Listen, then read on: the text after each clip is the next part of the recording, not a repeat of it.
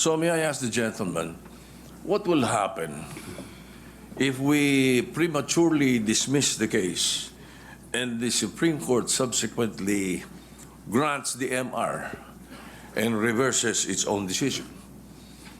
The question, Mr. President, is speculative. Yes, yes. May I have a speculative answer, Mr. President? We cannot speculate. We can only guess, second guess, because on the basis of our experience as a practicing lawyer, Mr. President, ito pong ganitong klaseng desisyon, talaga pong wala na pong kaduda-duda na kahit po mag-file pa tayo ng motion for reconsideration. We are hoping against hope. It is as if we are wishing for the moon. So may kasabihan po tayo, ang tumatakbo ng matulin, kung matinik ay malalim. Kaya dapat siguro pag-isipan muna natin kung tama ba na bago magdesisyon ang Supreme Court, basta ibasura na natin ang kaso na ito. Unang-una po, Mr. President, gusto kong malaman, yung po bang mga kasong sinabi nyo, unanimous decisions po ba lahat? I am not sure about that. But one thing I can say is that if there is a mistake, a unanimous decision could become a unanimous mistake. Wala pa pong nangyaring gano'n, Mr. President. At saka po tayo, pag nananakbo, ako po ay nakasapatos at saka sa kalsada kaya hindi po ako matitinik. Kung bago ka lang dito sa NTPH, maaari bang makahingi ng isang like at subscribe? At huwag kalimutan pindutin ang notification bell para ma-notify kapag may ganito tayong upload. Salamat kabayan! Thank you, Mr. President. If the distinguished gentleman from Tarlac favor me with a few questions, I will be gladly accepting his favor. And if the Senate President will allow me, after a few questions, I will make my own manifestation to that effect. The gentleman may proceed. Should Senator Marcoleta so allow it? Yes, Mr. President. Thank you, Your Honor. Thank you very much. Mr. President, thank you. So, listening to the privileged speech of the distinguished gentleman from Tarlac, the basis of your motion to dismiss is the Supreme Court's decision, which is now pending appeal by virtue of the MR, or the motion for reconsideration, filed last Monday by the House of Representatives. Is it not, Your Honor? The question, whether is it... Yes, your subject basis to for appeal? your motion to dismiss is based on the Supreme Court decision that the so-called impeachment is unconstitutional, based on their decision. Yes, Mr. President, Your Honor. That's very, very clear and categorical. Correct. The Supreme Court decision, Mr. President, although immediately executory, is not yet final, thus appealable. Ngayon, naka-apela na. Marami nagtatanong, kung naka-apela na, ba't tayo nagmamadali? I-dismiss ito sa atin. So may I ask the gentleman, what will happen if we prematurely dismiss the case and the Supreme Court subsequently grants the MR and reverses its own decision? The question, Mr. President, is speculative. Yes, yes. May I have a speculative answer, Mr. President? We cannot speculate. We can only guess, second guess, because on the basis of our experience as a practicing lawyer, Mr. President, ito pong ganitong klaseng desisyon, talaga pong wala na pong kaduda-duda na kahit po mag-file pa tayo ng motion for reconsideration. We are hoping against hope. It is as if we are wishing for the moon. Palagay nyo po, palagay nyo lang po merong isa na nag-reverse. Hindi rin po ma-overturn eh. Kasi po ang kailangan po ninyo ay 8 ang mag-reverse. Sa inaakala po ba ninyo, meron kayong makukuhang 8 na pumirma doon sa unanimous decision na babaligtarin po nila yung kanyang sarili? Kaya napakahirap pong mag-speculate, Mr. President. I will accept the answer of the gentleman, but I have done my research, Mr. President. And to remind everyone, the reversal of the Supreme Court's own decision is not impossible, even in landmark cases. In the case of Labogal, Bilaan Tribal Association Incorporated versus Victor Ramos, GR number 127882, December 1st, 2004, questioning the constitutionality of Republic Act 7942 or the mining law, the Philippine mining law. The Supreme Court granted the MR, reversing and setting aside its earlier ruling. And also, Mr. President, just a few days ago, the Supreme Court reversed its own ruling on the definition of a stockholder. This is the case of Lily Lopez versus Lolito Lopez with GR numbers 25497-957-58. So may kasabihan po tayo, ang tumatakbo ng matulin, kung matinik ay malalim. Kaya dapat siguro pag-isipan muna natin kung tama ba na bago magdesisyon ang Supreme Court, basta ibasura na natin ang kaso na ito.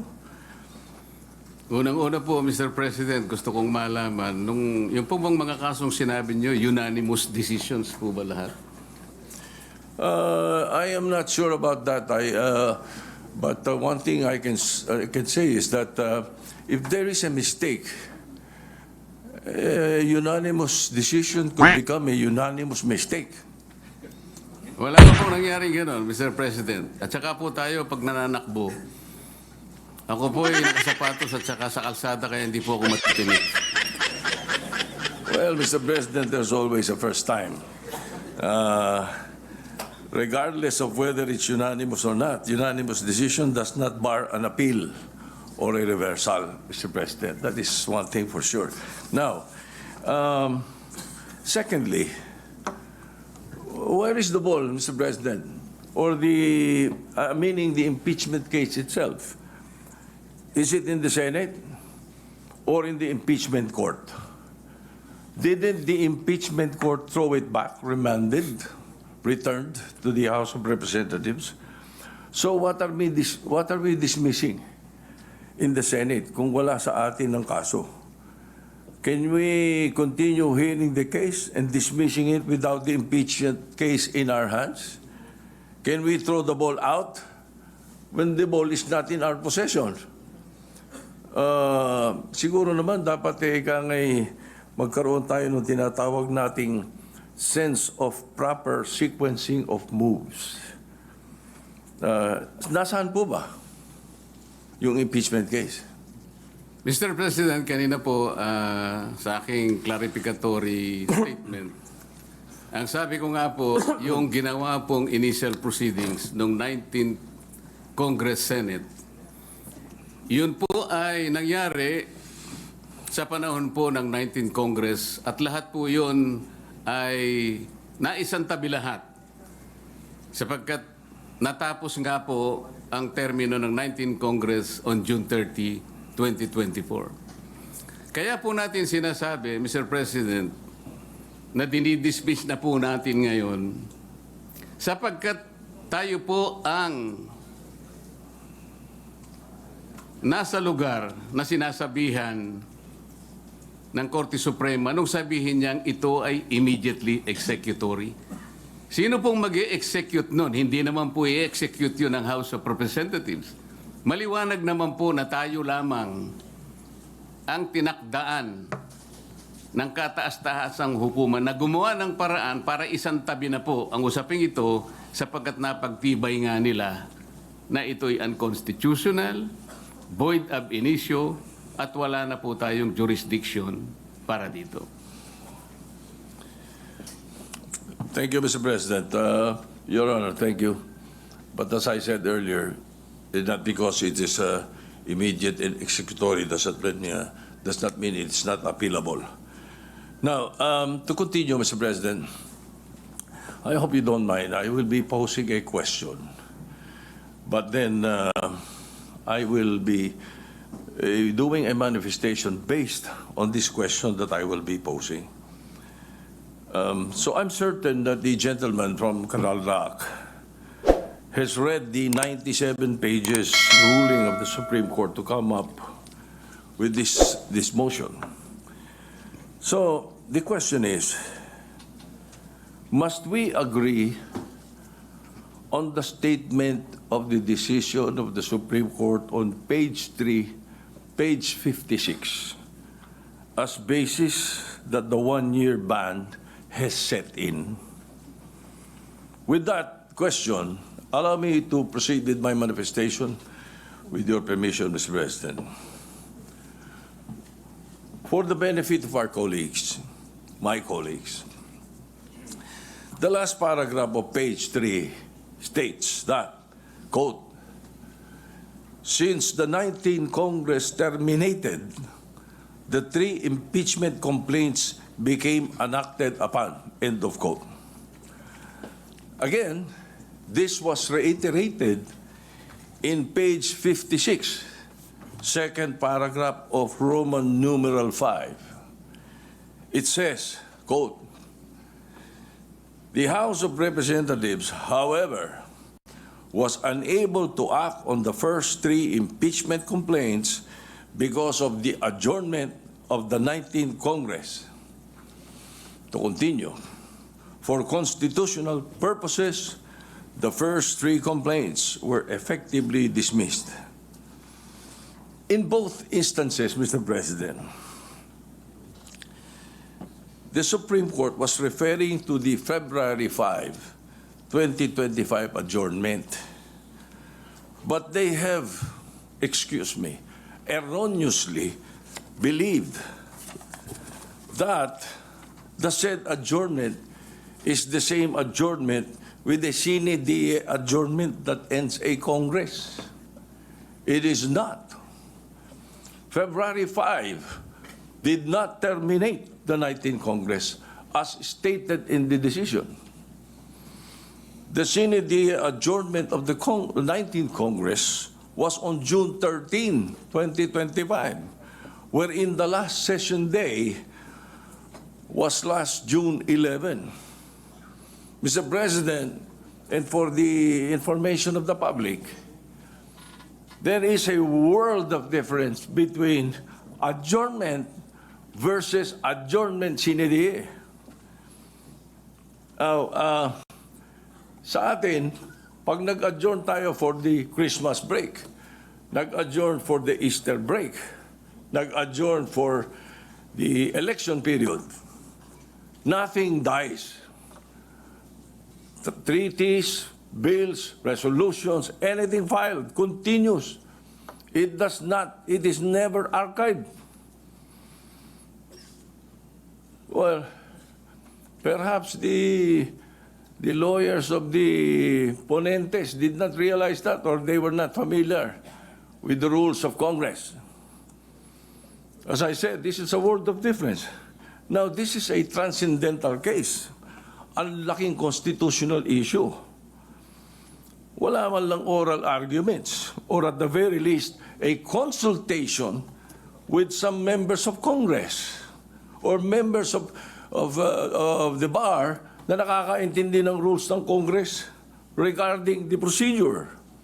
In that matter alone, Mr. President, kasabihan ninyo mga lawyer, falsus omnibus, falsus unos, falsus omnibus.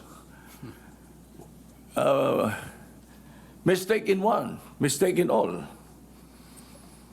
In that manner, they wouldn't have decided based on their unfamiliarity with the legislative process.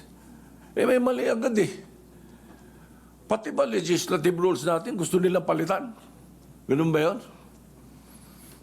Maybe not everyone may may appreciate the importance of the legislative calendar of Congress.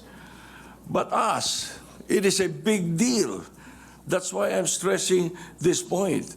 Concurrent joint resolution pa nga when we approve this calendar, only to be misinterpreted and used erroneously in this case. Nag-adjourn daw yung 19th Congress. Kaya na-archive lahat. Now, may kinopya lang, kopya, mali pa. Sabi nga kanina ng ating distinguished gentleman from Tarlac, hilaw. Hilaw yung complaint. Hilaw din yung decision. In addition to this factual error, Mr. President, it can be seen in the website of the House of Representatives that the 3 impeachment complaints were referred to the Committee on Rules and were consigned to the archives on February 6, not February 5, as claimed in page 78 of the decision. Nag-housekeeping lang ang House, kaya in-archive, hindi to end the Congress. This archiving were not the results of the ending of the 19th Congress, but because of the fact that the 4th complaint were already filed and transmitted to the Senate. Eh dito pa lang, Mr. President, pilit na patunayan na barred ang 4th complaint. Kapag ayaw, may dahilan. Kapag gusto, may paraan. Now, to continue, Mr. President, and this is very much related. The Supreme Court, by the way, if it is wrong, if the complaint done by the House of Representatives was wrong, we cannot correct a wrong with another wrong. The Supreme Court essentially amended the Constitution by removing the 3rd mode of filing of impeachment complaint. This 3rd and speedy mode was enshrined there for a reason. In times that there is an urgent need to impeach a person who is influential and powerful and may use his position to evade the law, the 3rd mode, which is the fastest way, was provided in the Constitution. Why don't you ask the authors of this provision in the Constitution? Constitutionalists or court delegates Munsud, Ascuna, Sarmiento. So, Mr. President, continuing, if the Supreme Court is now changing the meaning of initiating, then at the very least, please apply it prospectively. However, they are applying this new ruling retroactively, which is a violation of the doctrine of operative facts. Kung ganito kanilang kagustuhan, at susundin natin basta-basta, apektado din dito yung nakaraang impeachment, the impeachment proceedings. In the words of retired Supreme Court Senior Justice Antonio Carpio, I quote, "The said Supreme Court decision practically voided the impeachment proceedings against former President Joseph Estrada and former Chief Justice Renato Corona." Pag gusto talaga, may paraan. Pag ayaw, may dahilan. Pero wag naman sana pati sa mga ganitong bagay that will ultimately affect future impeachment and legislative rules and proceedings. Sa atin yun eh. I've read that the basis for the retroactive application of the new definitions because the Senate now has not acquired jurisdiction yet. Mr. President, ano tawag natin doon sa nag-constitute kayo as an impeachment court? Nag-robe pa kayo. You even sent out summons. Ano yun? June 9, the Senate President took his oath. June 10, nag-convene an impeachment court. Ni-remand to the House of Representatives. Tapos yung issue of the summons to the defense. Ano po tawag doon? Hindi nag-convene? Baka hindi nabalitaan ng Supreme Court na hindi nag-convene. Kaya naisabi nila yan. So, now, just an observation. I will try to shorten this, Mr. President. Just an observation, Mr. President. Well, not only myself, but several lawyers mentioned this to me, including my godson, former Senate President Aquilino Pimentel III. Naguluhan sila sa pagkakasulat ng desisyon. It is incoherent and some parts are off topic, sabi nila. Para bang pinagtagpi-tagpi. Basahin niyo mabuti. Uli, ang daming gagaling ng mga abogado rito. Basahin niyo. It even quoted the entire Article 11 of the Constitution, not only once, but twice. It seems there were two ponentes. Parang dalawa author dito. Well, that is there in my observations. Just an observation. So, Mr. President, the personalities in this present impeachment case is of no moment to me. The Vice President is a friend of mine. The former President, President Duterte, has been my friend since 1988. Everybody knows that. What I'm pointing out is the danger of outright dismissing the impeachment proceedings by virtue of a decision that is not yet final and still pending appeal. Justice Leoded himself said, Mr. President, I quote, "The Supreme Court is not perfect. Citizens and academics certainly have the right to call attention to the fallibility of the courts." Tama po yun. There is no perfect institution. Even Supreme Court ka, pwede mag-commit ng grave abuse of discretion or culpable violation of the Constitution.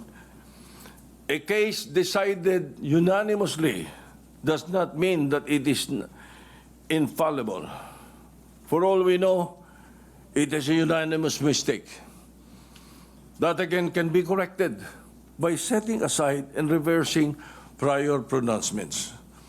Again, they have filed, the HRP has, the Office of the Solicitor General has filed the MR last Monday. So, in this regard, we shall wait for the resolution of the MR.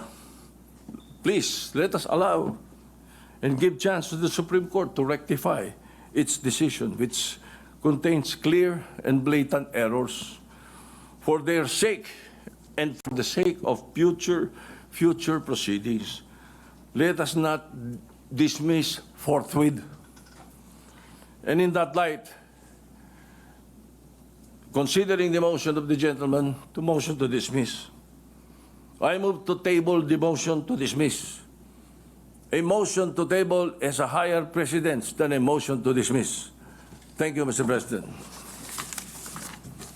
Mr. President, may I have a quick reaction to the manifestation of the gentleman? The gentleman may do so if he so desires. Mr. President, in the answer of the Solicitor General in behalf of the House of Representatives, there was already a categorical admission that the three initial complaints prior to the fourth one were dismissed because they were all archived. As I have said, archiving is not part of the rules of impeachment of the House of Representatives, but they just did it. Palusot lamang po yun, Mr. President. Paano mo i-archive nang hindi mo susundin yung tatlong steps na sinasabi ng sarili nilang tuntunin?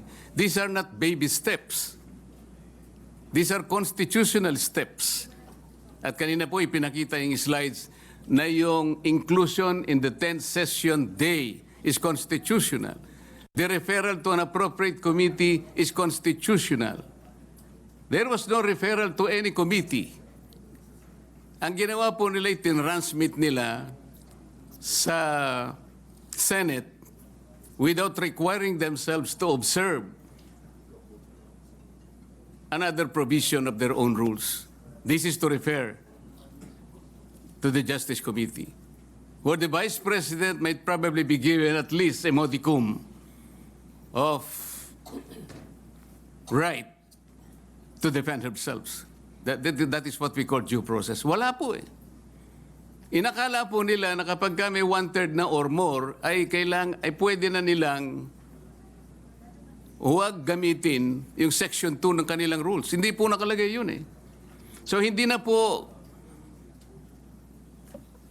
kailangan na i-distinguish pa natin yung adjournment and sine die adjournment. Kasi inadmit na rin po na in-archive nila kahit na wala po sa tuntunin. Kanina sa manifestation, tinanong din po. Kung wala tayong jurisdiction, paano yung unang initial proceedings? Pwede po yung initial proceedings ninyo will be considered under the doctrine of operative facts. Hindi pa po na-declare na wala pang jurisdiction ng Senate at that time. Ngayon lang po nangyari. Kaya po yung ginawa ng Senate of the 19th Congress, tama pa rin po eh. Wala pa pong declaration noon. Kaya lang, ang kagaya po ng aking clarification na sinabi, all these initial proceedings conducted in the Senate of the 19th Congress were not officially transmitted to the 20th Congress where I myself belong, a Congress of different composition. So yun po ngayon, naharap tayo ngayon sa issue na talagang tayo lamang po ang gagawa because there is no other agency of government that will execute that decision of the Supreme Court. Only the Senate. So may I go back to the first question, to the original motion, Mr. President. Mr. President, if I may. Majority Floor Leader. Thank you, Mr. President. With the indulgence of my colleagues, Mr. President, our Senate Minority Leader, Senator Sotto, and first movement of the motion, Mr. President, Senator Marcoleta, may I respectfully appeal, Mr. President, of our, and remind, Mr. President, our colleagues of our concurrence during our caucus held last week that we will debate on this and talk about this and discuss this matter, Mr. President. But if the minority leader would continue to insist his motion, Mr. President, we have no other choice but to dispose with the motion of the minority leader, considering that it takes precedence, Mr. President, with the motion of Senator Marcoleta. It is the understanding of the chair that during our all-member caucus, which the chair announced in plenary, that it was agreed unanimously by all the members that we will be discussing, debating, and acting on the Supreme Court decision on a date certain. And this was the date certain that was agreed upon in caucus. Maybe hear from the distinguished minority floor leader if there has been a change in that position given on that date when we had an all-member caucus. Mr. President, I as a matter of fact, concur with what you said.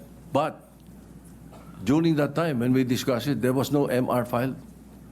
There was no motion for reconsideration filed by the House of Representatives or the Solicitor General. So it becomes a different, it develops into a different scenario now that there is a motion for reconsideration.